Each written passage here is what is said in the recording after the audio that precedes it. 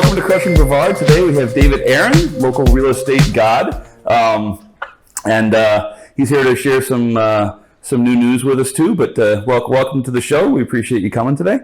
Why don't you just tell us a little bit about yourself, how you landed in Melbourne, and then we'll go from there. Well, thanks for having me. Good running into you last night. Yeah, that was fun.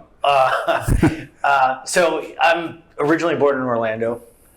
Made my way over here, and I think it was 94, 95 time frame. Mm-hmm. Parents retired over here, and I became a Brevard County local. Okay. Started out in Cocoa Beach, lived there for a few years. Eventually ended up in Satellite Beach, where I call home. Mm-hmm. Graduated from Satellite High School. Immediately after, I moved to Alaska. Wow. For Navy. I joined the Navy. My hopes were to join up there. Okay. Long story I'm not going to get into, but I had a good buddy who lived up in Alaska. He's like, oh, come up and train with me, and he's the one who set me on the right path in the military. And okay. So left Brevard County for about I'd say a good 9, almost 10 years, and came back after a couple years in college. 6 different colleges, moved around. Okay, there you go. Military. Yeah. But ended up here at FIT for business after coming from a marketing degree up in Virginia, Norfolk, Virginia, Old Dominion University. Mm-hmm. And long story short, I dropped out when I found out my daughter was born. Okay. I was going to school to start my own business, and I dropped out and started 2 businesses, which I currently still run. Okay. No degree needed. Okay. What are the businesses? So obviously my real estate business, which we'll talk about here, and also my wife and I started during COVID. We started a cleaning business. Okay. So we were sitting there with extra time on our hands, a little bit extra money, and we were saying, what else can we do? Okay. And everyone was dirty back then. Right. Everyone was very interested in cleanliness. Yeah, right. Everything was dirty. You walk outside, the air was dirty. So we found a market. People needed cleanliness, so we started a cleaning company. Okay, nice. Brevard Coastal Cleaners. Okay. My wife links in the description. We'll throw them down there. So awesome. If you need, do you just do like residential or commercial or? So it started out as residential. And then we found a need, and our business shifted, and we do a lot of Airbnb turnovers. Oh, nice. Okay. So I think Carla right now has about 21 Airbnb contracts. Wow. She hosts a couple of them for clients, and the rest she's provides the cleaning and turnover. Okay. A lot of business around here in downtown Melbourne, downtown O'Galley. Cocoa Beach is a huge location. Airbnbs around here are awesome. So a little bit. So you went from 85 and sunny every day to Alaska, huh? All right. Yeah, hey, what was that like? In the summer it is 85 and sunny. Yeah. But stays light a little bit longer. It's not as much humidity. Okay. But in the winters, I was there for I want to say 3 winters, and lowest I saw was negative 45. Yeah. Yeesh. That's crazy. It's not fun. Wow, you don't go outside. I moved here from Minnesota, and I saw minus 36 one time. That was no good. Oof. Yeah, and you just don't go outside. You can't. So what do you do? Exactly. You do what you do when it's hot here. You stay inside. So you definitely excelled my drinking habits. In the middle of Alaska winter. Yeah. A lot of poker played. Okay. You do the inside stuff. So, which part of Alaska? I was in Anchorage and a little town just outside of it, Eagle River. Okay. Around that area. Okay. I'm not familiar. My daughter's actually going to go work up in Alaska at a fishery. Oh, really? In a couple of weeks. So, yeah. Oh, well, now's the perfect time to go. Going to do that for like 2 months. So, we'll see how that goes. Yeah. Once it starts snowing, she's going to come back. Exactly. She's going to get out of Dodge. Yeah. That's smart. Yeah. Yeah, so you want to let's talk about the real estate game. So how did we get into the real estate business? So funny, you and I were talking about it a little bit, but I was in college and my roommates were, I hadn't chosen a career path yet. Have a background in communications and marketing, which is, the marketing is awesome. Communications, I mean, there's some useful things, but it was looked at the time as like a kind of a useless degree. Career. I never realized how I could translate it or what it could translate into. And one day I was looking into getting my real estate license because I had a friend up in Virginia who was a realtor where I went to college, and my old roommates, we had all former military, still stayed my roommates after I got out. And, the camaraderie was just, push, you know. So they actually said, one of them was like, oh, you can't pass that test, you can't do that. And I'm like, you know what? I want to become a realtor now. Right, now challenge accepted, right. So I started up there, and then family brought me back here, and got my license in Florida and never looked back. Your parents still up in Cocoa? They're actually down south in Fort Pierce. Okay, About an hour or so. Yeah, not so bad. Yeah. Okay. They like it down there?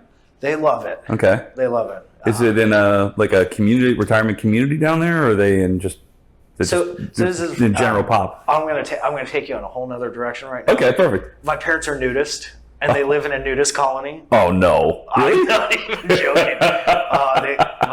I think my dad at one point was the HOA president. I don't know. Wow. Wow. All right. You definitely you spiced it up there a little bit. That's good. How did that? When did that happen? Oh God! When I moved out of the house, they're living their best life. I mean, save money on clothes, I guess. But. Yeah, they don't even know how to go shopping for clothes. So is it like? I mean, you've obviously visited them, right? Yeah, we don't. Is everybody just walking around? It's exactly how you think it is. Okay. Everyone's just naked as hell. Yeah. You can't get more naked just walking around. All right. Is it required? I mean, can you? No. I know they have some rules. It's not required. All right. Kids visit their parents. Yeah. People put their clothes on. Some of the nicest people I've ever met. Oh yeah. Well, I mean, they're. Yeah, but you just got to look them in the eyes, Yeah, exactly. Yeah. Don't wander. Yeah, can't wander. Down there, they can get up here. They're the best grandparents. How old is your daughter? 5 years old. Wow. Going on 15. Wow. Yeah. Mm-hmm. Yeah, I know what you're talking about there. I have a 10-year-old son. Okay. He's with us half the time. 50%, okay. But locally, so we're close. Yeah. Okay. 10 and 5. Ooh. You do any sports coaching, or you run around doing baseball and always football? And I'm not coaching. This year I used to coach Little League. Yeah. But our 10-year-old Caleb, he's going to football. That's not my coaching. Right. He also does just about everything: Hapkido, martial arts. Oh wow. Piano, guitar lessons. They're busy kids. Okay. Wow. What's the martial arts like? Is it what? I'm not familiar with that one. So it's it's a Korean form of martial arts. That's what I know as far as what they discipline. I'm not. But is it fighting? Is it more like it is fighting? Protection? Is it? They work on stuff throughout the week, and then they spar on Fridays. Okay. So it's. Do they try and do throws? Is it throws and holds? Is it punches? I think they do throws. Korean punches would be, and kicks. Everything. Okay. Yeah. Wow. Huh. Nope. I could be wrong. But I had a bunch of people tell me, they're like, "Oh, dude, you should totally do martial arts because you got the reach and And I'm like, yeah, but I don't like to get hit. Yeah. So, well, I mean, I know that's the whole point is you don't get hit, but sometimes you do. It is really geared towards self-defense. And they discipline always with all martial arts. Can never hurt, right? The discipline is for a kid is enormous. Yeah, absolutely. So you get undisciplined, and then you get disciplined, and it takes you a long way. You turn to a much better person and much more useful to society. So yeah. So real estate, we got a little off track there because we were talking about naked people. Yeah, that normally does it. I actually just recently made a move today. You guys are one of the first ones to hear it. I'm now working with De Novo Realty in Melbourne. All right. Congratulations. I appreciate it. There you go. It's going to be a big change.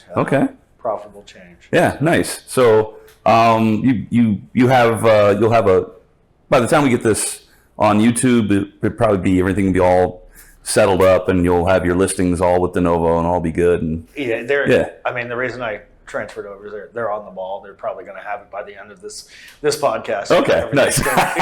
So that's how fast. 15 minutes from now, they'll have it all knocked out. I wouldn't be surprised. There we go. All right, that's good. That's good. It's good to have people with good systems and good people and know how to do stuff and get on it. So you said it, systems. I love that's what brought me over there is the systems, how they work, what they offer. It's even restaurant too. It's like you have to have systems or you're done. Success leaves clues. Exactly. If you don't follow it, Right, exactly. So, talk about, you just moved over, so you can maybe talk about what that looks like and how that came about, or whatever you can mention. I know there's probably some confidentiality stuff there too. But I mean, when you're a 1099 employee, as like most realtors, you got to find the systems that work for you, and not some systems aren't. There's not many one shop fits all, plug and play. So I'm going on year 6 in the business, and I was with my first brokerage for about 4 years. Okay. Learned the business through them, but like I mentioned earlier, it just felt a little plateaued. So I needed something at the next level, and I feel like this brokerage has all the agents there that are at the next level. They have the tools to get you to the next level. Okay. The coaching, things like that. So okay. And they're organized and they're super organized. Yeah, which is good. Professional. Yeah. Marketing is, on point, pristine, like solid representation of yourself and a brokerage. Okay. So. No, so I know that being a real estate agent, you would say, call David Aran, but what do you find people look for in a real estate agent that you provide? Well, like what are the things that if you were to describe you to somebody else about what kind of realtor you are, what would you say? Well, first they have to know you, right? Then they have to like you, and then they have to trust you. So not necessarily in that order, right. But those are 3 things. I mean, repetition, staying in front of your clients, being the knowledgeable agent. I'm not a very pushy, salesy type of agent. I come from knowledge-based, fact-based, experience-based. Just how I feel most agents should take care of their clients. As if it was your own transaction, what would you look for? What would, how would you sell your home for this much? Okay. Do you ever get people who are like totally surprised that their house is worth as much as it is? Yeah. Not as much anymore. Okay. I'd say maybe about like 2 years ago. 2 years ago. Yeah. I got a couple of my house could sell for what? Yeah. Yeah. But now I feel like most sellers are still trying to price a little aspirationally. Okay. So you don't. Gotcha. They get on Zillow and they see the range and they're like, "Oh, I want the top of the range." So exactly. Let's do that. Exactly. So I mean, you're not wrong. No. I sold a house recently. And that's what I did. So, and you just moved down here. Exactly. So the other side too. Yeah. So what would you look for in a realtor? The experience thing is big.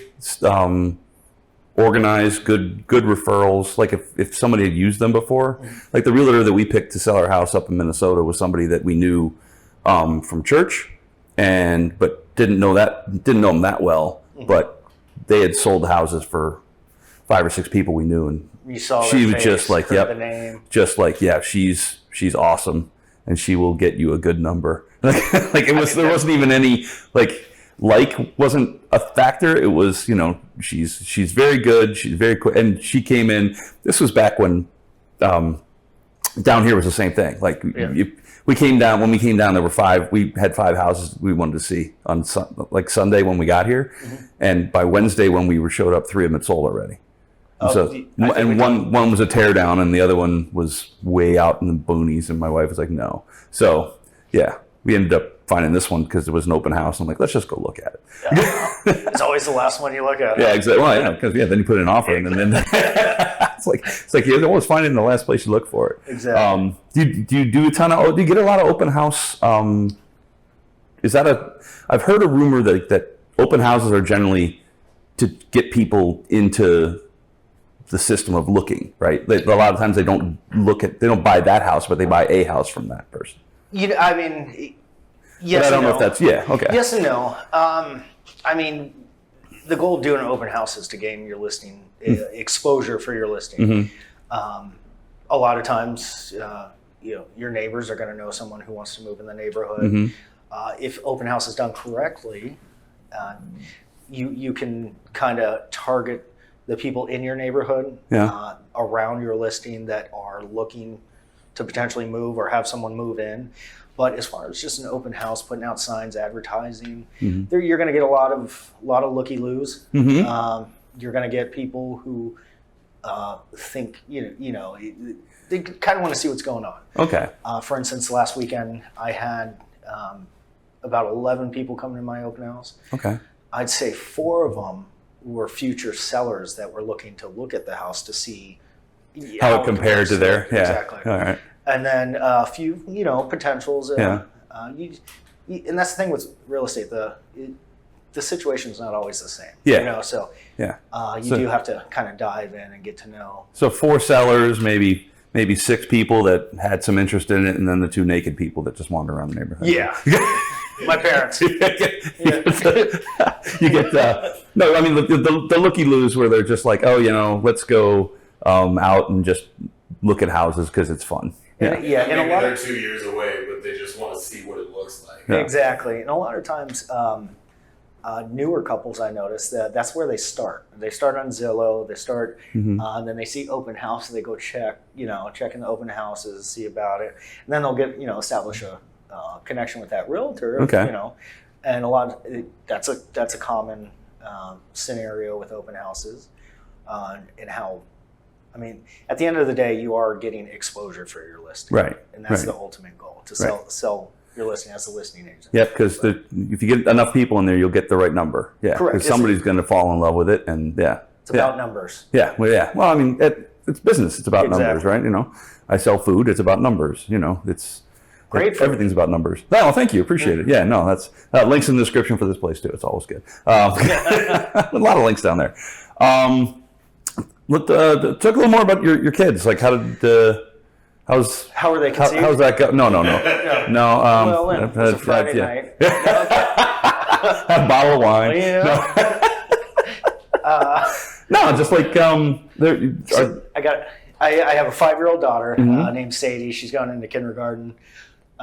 Because you said she's going on 15, so she's a little bit opinionated or strong-willed. I guess whatever word you want to use. Yeah. We'll go with those. Yeah. Mom's pretty much those as well. Okay. So she gets a lot of her feistiness from her mom. Okay. Feisty. There we go. That's a good one. I'm more of laid back, relaxed kind of guy. Okay. Our same thing with our 9-year-old. He's kind of relaxed. He's turning 10 next week. Awesome. Yeah. No, I do that too. So So he's busy. He's got his 9-year-old, 10-year-old. Yeah, I remember the days when you get home, you throw in some microwavable something, and then you head off to some field somewhere. Exactly. You hang out for 4 hours, and you go home and fall asleep, and then do it again. So that's the goal sometimes. Yeah, do they play instruments? Do you have that? They do. You said piano. Yeah, right? They go to the Groove Shack over in Satellite Beach. All right, not familiar with that. Oh man, awesome school. He does piano and guitar there. Okay. So he's pretty talented. All right, there we go. Pretty talented. A lot more talented than me. Okay. You got the 5-year-old doing the piano too, or no? She's gonna start this year. She just turned 5. So she's young. She's 5. Like a young 5. Okay. But no, she's mathematically gifted. Literate. Yeah. She's a little bit. She's impressing us every single day. Okay. Well, music will be great for her then. The music and math thing seems to go together real well. She would love that, and she's a gymnast. She loves gymnastics. Oh wow! So we got her in our little class at 4 years old. I never had to deal with gymnastics. I don't even know what that's like. What's So we're not in the money gymnastics, Oh, okay. the traveling, yeah, everything like that. This is just 4-year-olds, tumbling class, tumbling, intro type stuff. But now she just she just wants to keep going and going. So we're looking to get her into a bigger class. Nice. It's going to take up our time. And exactly. I don't need a third business. That's okay. Knock it out. Well, it sounds like you're going to have with De Novo, you're going to have the way that you kind of like to do it, and they sound like a really good company. So if somebody's looking to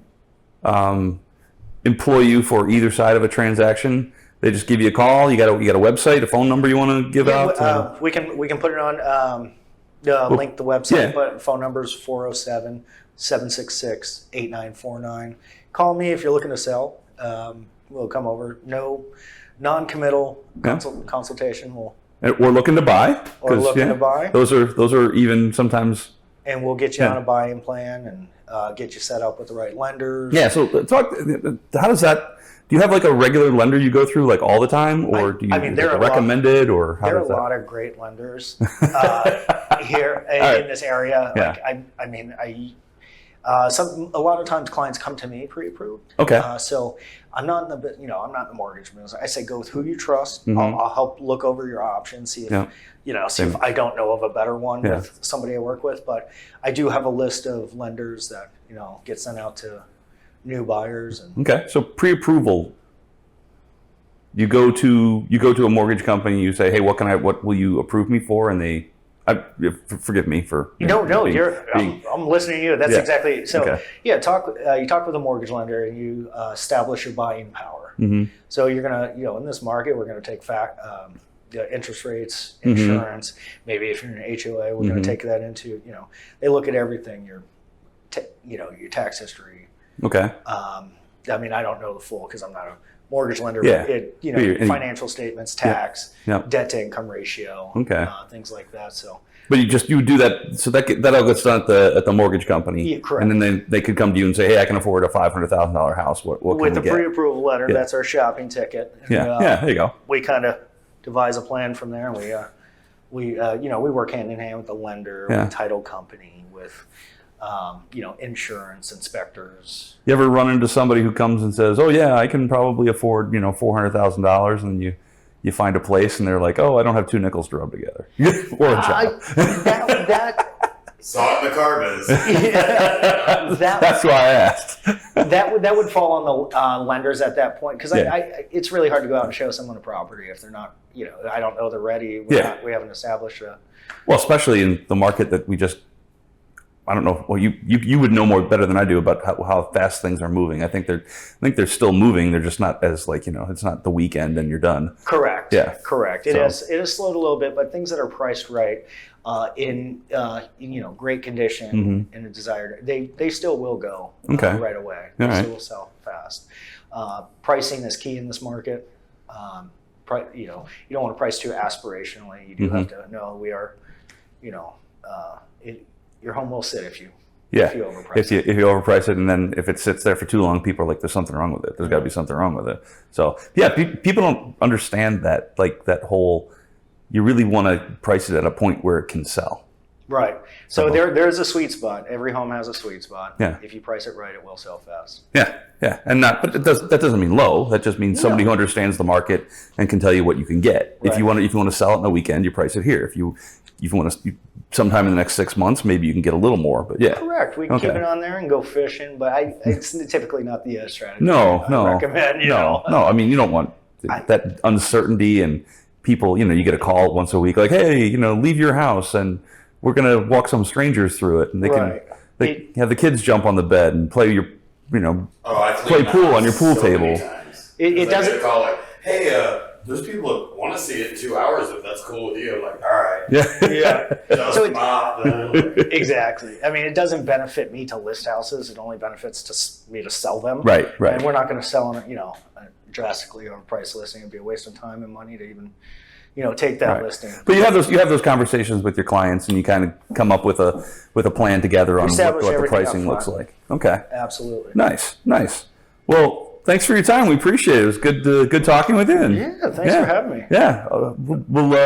I'm hungry. Well, I'll go back in the kitchen and see what we can do. All right, thanks, David. Appreciate it, man. Thank you.